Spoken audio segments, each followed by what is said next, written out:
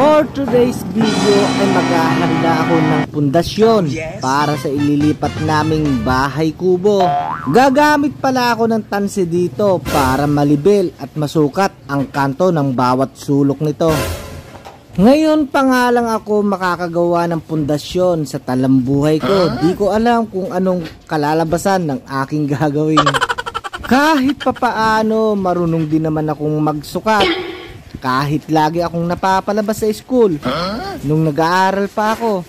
Minsan nga noon ay napalabas ako sa kadahilan ng pilosopo daw ako.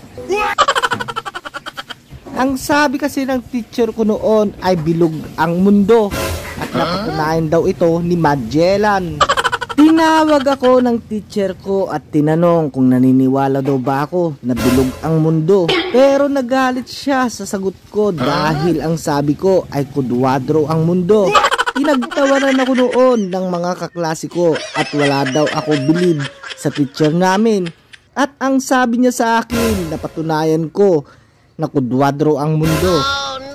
At sinagot ko si teacher, di ba't si Magellan ang nagpatunay na bilog ang mundo? Bakit hindi siya ang tanungin ninyo?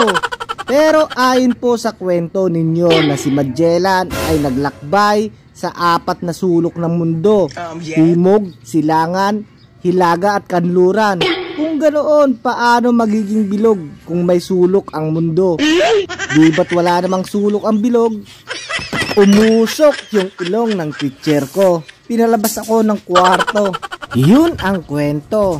Balik tayo dito sa aking sinusukat.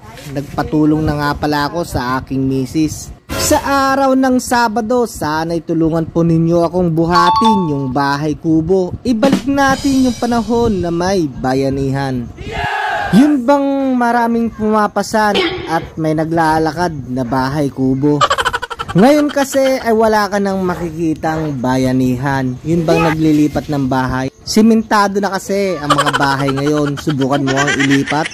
Sa Sabado po, alas 3 ng hapon, ako po ay humihingi sa inyo ng tulong na sana'y samahan ninyo akong magpasan ng bahay kubo. Mga manong, mga tropa, kuyang, uncle, tara't samahan po ninyo ako. May tayo ko na ang bahay kubo.